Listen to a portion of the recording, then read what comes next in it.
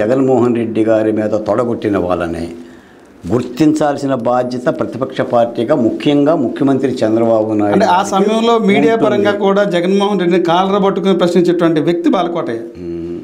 మీకు ఇంకో మాట కూడా చెప్తా, అసలు జగన్మోహన్ రెడ్డి గారికి ఎదురెళ్ళటం అంటే రైలు బండికి ఎదురెళ్ళటం, అవును, అంతకంటే రిస్క్ ఇంకోటి ఉండదు. నేను 14 సార్లు నా పల్లెసీమలో నేను హౌస్ అరెస్ట్ అయ్యా.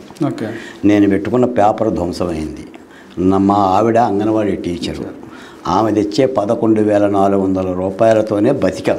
ఎందుకంటే కుటుంబం కూడా సహకరించింది.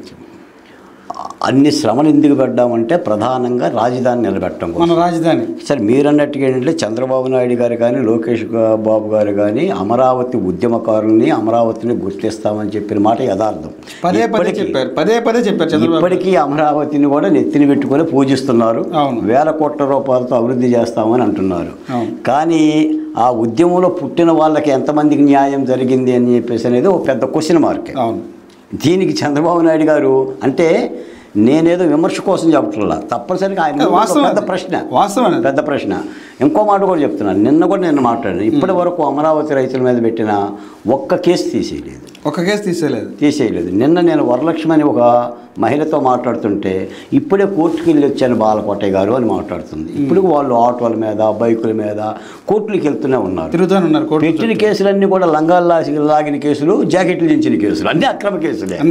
మరి ఆ కేసులను కూడా లేకపోతున్నారు ఏంటి అని కూడా నేను కూటమి ప్రభుత్వాన్ని కూడా నేను కూడా అడుగుతున్నా. ఎందుకంటే మీకు జగన్మోహన్ రెడ్డి గారు కాకినాడ తుని సంఘటనలో రైలు దగ్గర కేసులు రద్దు చేశారు. అలాగనే కోనసీమలో పెట్టిన స్వరూపు ఇంటి మీద దాడి చేసిన అల్లర్ల కేసులు రద్దు చేశాడు. మరి ఆయన 2 కేసులు రద్దు చేసినప్పుడు మరి చంద్రబాబు నాయుడు గారికి ఈ కేసులు రద్దు చేయడానికి, రైతుల మీద పెట్టిన కేసులు రద్దు చేయడానికి ఎందుకు చేతులు రావడం లేదు కూడా ఆయన ముందున్న ప్రశ్నే. తప్పనిసరిగా సమాధానం చెప్పుకోవాలి. చంద్రబాబు నాయుడుకి అమరావతి ఉద్యమం మీద ఎంత ప్రేమ ఉందని ఇదే ఉదాహరణ అంటారు. అందుకని అమరావతి మీద ప్రేమ ఉన్నమాట యథార్థం అండి. అమరావతిని చంద్రబాబు నాయుడు గారు ప్రేమించకపోతే ఇంకెవరు ప్రేమిస్తారు?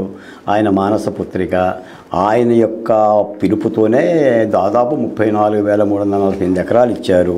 చంద్రబాబు నాయుడు గారు కూడా అమరావతి ఉద్యమానికి జోలెబట్టాడు, ఉద్యమానికి మద్దతుగా పలికాడు, నిలబడ్డాడు. కాకపోతే మీ బాధ నా బాధ ఏంటంటే అమరావతి ఉద్యమంలో కూడా కష్టపడ్డ వాళ్ళని గుర్తిస్తే చంద్రబాబు నాయుడు గారు మంచిది అని. ఎందుకు బాలకోటకి వైఎస్ జగన్మోహన్ రెడ్డి అంత కోపం? వ్యక్తిగత కోపమా, పాలసీ విధానం వ్యతిరేకిస్తారు? జగన్మోహన్ రెడ్డి గారి మీద నాకు ఎలాంటి కోపం లేదు సార్. ఎందుకంటే నేను పులివెందున కాదు, నాకేం పొలం తగాదా లేవు, పొలం పంచాయతీ లేదు. మీకు ఆ మాటకు వస్తే జగన్మోహన్ రెడ్డి గారితో కలిసి భోంచేసిన సందర్భం కూడా నాకు ఉంది పులివెందులో. ఎందుకంటే వాళ్ళ నాన్నగారి మీద ఒక జర్నలిస్ట్గా రాజర్షి అని ఒక పుస్తకం నేనే వేశాను. అప్పుడు పులివెందుల్లో వెళ్ళి అప్పుడు పులివెందుల మున్సిపల్ చైర్పర్సన్గా ఉన్న ఈ రవీంద్రారెడ్డి ఆయన మేనల్లుడి చేతుల మీదగానే ఒక ఇంట్లో ఆవిష్కరణ చేసి ఆయనతో పాటు కూర్చొని భోంచేసాం.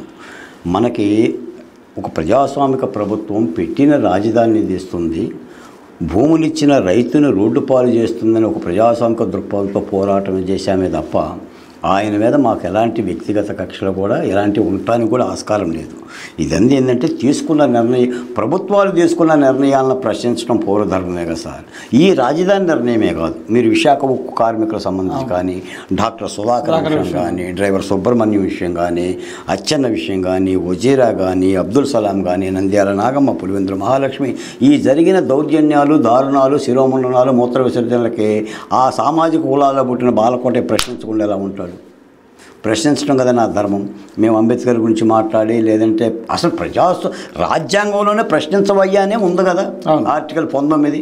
ఆ పని చేశాను తప్ప జగన్మోహన్ రెడ్డి గారితో నాకేం కయ్యం ఉంటుంది?